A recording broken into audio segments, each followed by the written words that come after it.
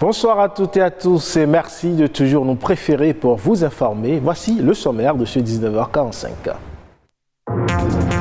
Ce 17 avril, c'est la journée mondiale de l'hémophilie, un trouble hémorragique qui se traduit par l'incapacité du sang à coaguler correctement. On en parle dans un instant.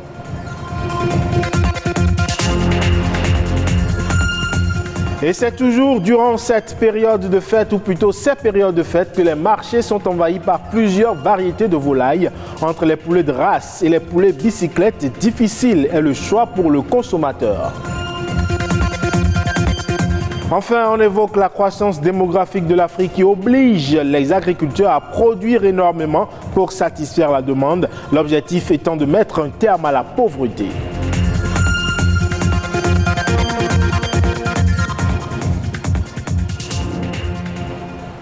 Alléluia, le Christ Jésus est ressuscité. Ce dimanche, la communauté chrétienne célèbre la plus importante fête du calendrier. Dans la religion chrétienne, Pâques correspond à la résurrection du Christ 3 jours après sa mort. Cette fête, faut-il le rappeler, s'échelonne sur une semaine complète et succède au jeudi saint en mémoire de la Seine et au vendredi saint où le Christ Jésus est mort sur la croix. Mais la période de Pâques est encore plus longue et débute avec le carême 40 jours avant Pâques. Traditionnellement, le dimanche de Pâques est le grand moment de l'année pour les chrétiens. Et à l'occasion de cette fête de Pâques, il est toujours un repas qui est toujours au menu des fêtes, c'est le poulet. Sur le marché, il existe aussi bien le poulet importé que le poulet local. Mais au niveau de la catégorie des poulets locaux, on retrouve les poulets de race et ceux communément appelés les poulets bicyclettes. Entre ces deux sortes de poulets, lesquels sont préférés par les consommateurs, descendent dans quelques marchés à travers cet élément. Rien que de plumage à perte de vue. Nous sommes au marché, précisément dans l'allée des volailles. Ici, le poulet trône en roi dans les différentes cages, car c'est la meilleure vente en période de fête. Ils sont nombreux qui viennent acheter. Les clients préfèrent les poulets locaux que les poulets importés.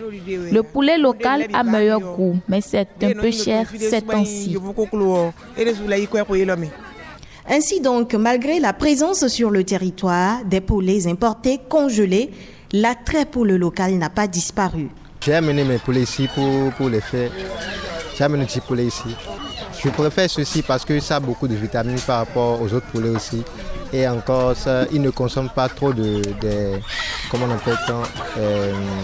provanes pour pouvoir se développer. Donc, ils se développent naturellement. Donc, si vous consommez les poulets locaux, ça n'a pas le même goût que les autres produits. Moi, c'est pas cher. C'est plus avantageux que les autres poulets. Ici, ce sont les poulets locaux communément appelés poulets bicyclettes. Et là, ce sont les poulets de race. En plus de ces deux catégories, on retrouve également sur le marché des poules pondeuses réformées. Voici les poules pondeuses.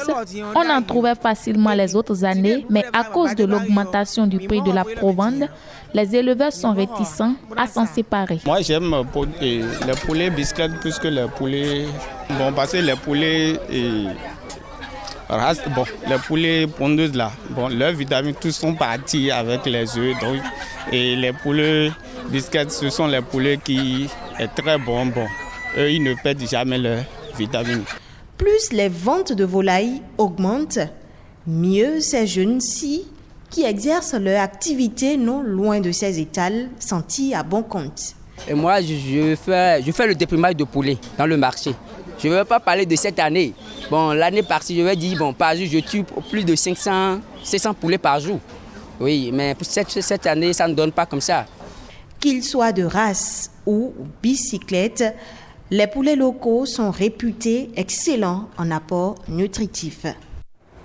Et on en vient à présent à cette maladie hémorragique génétique qui empêche la coagulation du sang, entraînant des saignements longs en cas de blessure et parfois même en l'absence de blessure. Cette pathologie est appelée l'hémophilie. Cette pathologie donc est une mutation génétique qui entraîne le manque ou l'absence de protéines coagulantes, empêchant la formation d'un caillot assez solide pour arrêter une hémorragie. Zoom sur l'hémophilie. J'y arrive en ce 17 mars, journée mondiale dédiée à la maladie. C'est une maladie rare, très rare. Dans le monde, seulement une personne sur 1000 en souffre. L'hémophilie est une pathologie du sang héréditaire, presque inconnue, mais pouvant être fatale. L'hémophilie est une maladie héréditaire, caractérisée par un déficit congénital en facteur de coagulation 8. C'est-à-dire le facteur anti-hémophilique A ou le facteur 9, qu'on appelle encore facteur anti-hémophilique. Après une circoncision, chez un enfant hémophile, il y aura des saignements. Ou lorsque l'enfant tombe, on a souvent un enfant qui saigne de façon beaucoup plus prolongée. Plus souvent, les saignements surviennent au niveau des articulations. On parlera d'hématose en médecine. Ou au niveau des muscles, on parlera d'hématome. Le Bénin fait aujourd'hui partie des pays où l'on compte de plus en plus d'hémophiles. L'hémophilie, ce n'est pas que l'affaire de quelques médecins et de quelques parents. Et le nombre aujourd'hui au Bénin est estimé à plus de 1500 personnes atteintes. Ce sont des enfants fragiles. Quand vous les touchez, ils saignent. À n'importe quelle chose, ils saignent. Le facteur commun est l'écoulement sans arrêt du sang. Cependant, la maladie se manifeste de diverses manières. Cela diffère d'un patient à un autre. J'ai eu des problèmes aux genoux surtout. J'ai eu beaucoup de problèmes aux genoux. Vu que je suis artiste, souvent pour les scènes, je ne peux pas forcément faire le nombre d'heures que tout le monde. C'est une maladie avec laquelle je vis au quotidien. C'est un mal avec lequel je suis né, donc je fais avec. C'est un peu difficile quand tu es hémophile. Tu n'es pas comme les autres. Tu as un déficit déjà héréditaire. Donc tu essaies en fait de rentrer dans la masse, d'être normal, je vais dire. L'hémophilie ne se guérit pas, mais les traitements permettent de la contrôler, quand bien même il s'avère contraignant. Je prends mes plasmas souvent quand j'ai une petite douleur, mais il y a des traitements un peu plus rigoureux qu'il faudrait suivre. C'est un peu difficile côté prise en charge parce que c'est d'énormes dépenses. Le jour où on m'a annoncé que mon enfant était hémophile, c'était comme si le ciel était tombé sur ma tête. On vous informe que votre enfant a une maladie, automatiquement on vous dit que le traitement n'existe pas au Bénin. Donc du coup, vous vous dites qu'un beau jour, vous avez des surprises désagréables. Mais pourquoi ne pas mener une bataille si les autres pays qui sont à côté bénéficient d'une certaine facilité pour faire mieux vivre ces personnes-là? Ça qui m'a motivé. Aujourd'hui, on peut dire que nous avons une lueur d'espoir au Bénin. Une lueur d'espoir qui peut permettre aujourd'hui aux patients de profiter de la vie. Une éducation thérapeutique et plusieurs traitements adaptés permettent aujourd'hui aux patients de vivre au quotidien avec la maladie. Et au Bénin et plus globalement en Afrique, la population ne cesse de croître. Au même moment, la productivité agricole diminue et c'est l'exode rural qui s'installe. Et pour contrer cette situation, eh bien, les jeunes agriculteurs apparaissent comme la solution pour mettre un terme à la faim et à la pauvreté. Mais ces derniers se retrouvent parfois face à de nombreux défis. Les détails. La jeunesse constitue la relève de tout secteur. Et puis si les jeunes s'intéressent à l'agriculture, je crois que ça c'est une chance pour le Bénin. Puis le pays doit, et puis toute la jeunesse d'abord, doivent se rassurer que notre agriculture aura une relève de qualité. Parce que notre agriculture, comme vous le constatez, est en train de se développer. Je suis d'accord avec le boom qu'on constate avec la production cotonnière, la production des céréales, notamment le maïs et autres. Mais les jeunes ont trois problèmes fondamentaux. Le premier problème, c'est l'accès à la formation de qualité. toute la formation que nous recevons dans les lycées, collèges et universités agricoles, c'est vrai, sont orientés vers l'auto-emploi, mais je le dis toujours, ce sont des mécaniciens qui forment des mécaniciens, c'est des entrepreneurs qui pourront former des entrepreneurs agricoles.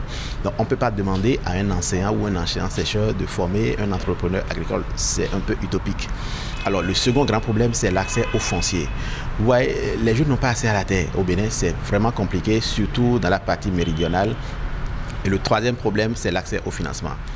Pour même accéder à ce financement, la garantie que les gens demandent est une garantie foncière. Donc il faut disposer d'une terre. Le jeune a des difficultés d'accès à la terre. Comment voulez-vous qu'il ait la garantie foncière? C'est presque impossible. Le taux d'intérêt que pratiquent les institutions de microfinance de la place varie entre 15 et 24%. Donc aucun jeune ne pourra s'en sortir avec ce taux d'intérêt qu'on constate au niveau des IMF. Donc du coup, lorsqu'on n'arrive pas à relever donc, ce défi lié au foncier, au financement et puis à une formation de qualité, on ne pourra pas sentir tout l'effort que la jeunesse fournit aujourd'hui dans ce secteur qu'est l'agriculture. Vous voyez, récemment, le gouvernement a mis en place un fonds national pour le développement de l'agriculture. Je pense qu'on peut, dans ce fonds-là, trouver un fonds spécifique pour la jeunesse et pour l'entrepreneuriat agricole des jeunes.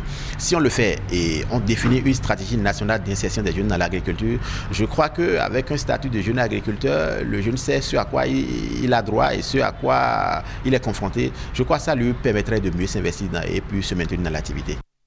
Je vous emmène à présent en Libye, découvrir ce métier qui ne manque pas d'activité, notamment en ce mois de Ramadan, celui de restaurateur de courant. Leur travail est intense et de nombreux clients affluent dans leur atelier pour solliciter leur savoir-faire afin de conserver l'ouvrage souvent hérité de leurs arrière-grands-parents. Découverte. Dans cet atelier de Tripoli, c'est l'affluence des grands jours. Ici, des ouvriers s'attellent à la restauration d'anciens exemplaires du Coran. En Libye, la tradition est d'acheter un Coran avant le début du mois du Ramadan, mais certains préfèrent conserver de vieux exemplaires, souvent hérités de personnes qui leur sont chères.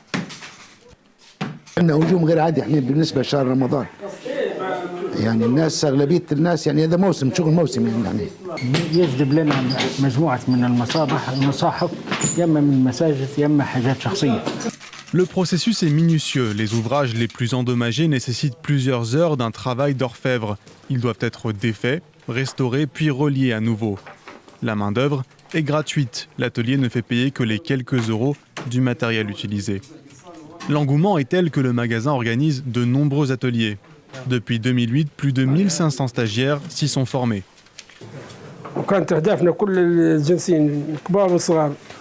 En plus d'être un acte de générosité, c'est pour lui également un travail de mémoire. En 14 ans, près d'un demi-million d'exemplaires du Coran ont été restaurés ici. Et c'est sur cet élément que prend fin ce 19h45 que j'ai pris plaisir à vous présenter et que vous pouvez d'ailleurs retrouver sur le site de l'ORTB le 3, www.ortb.bj.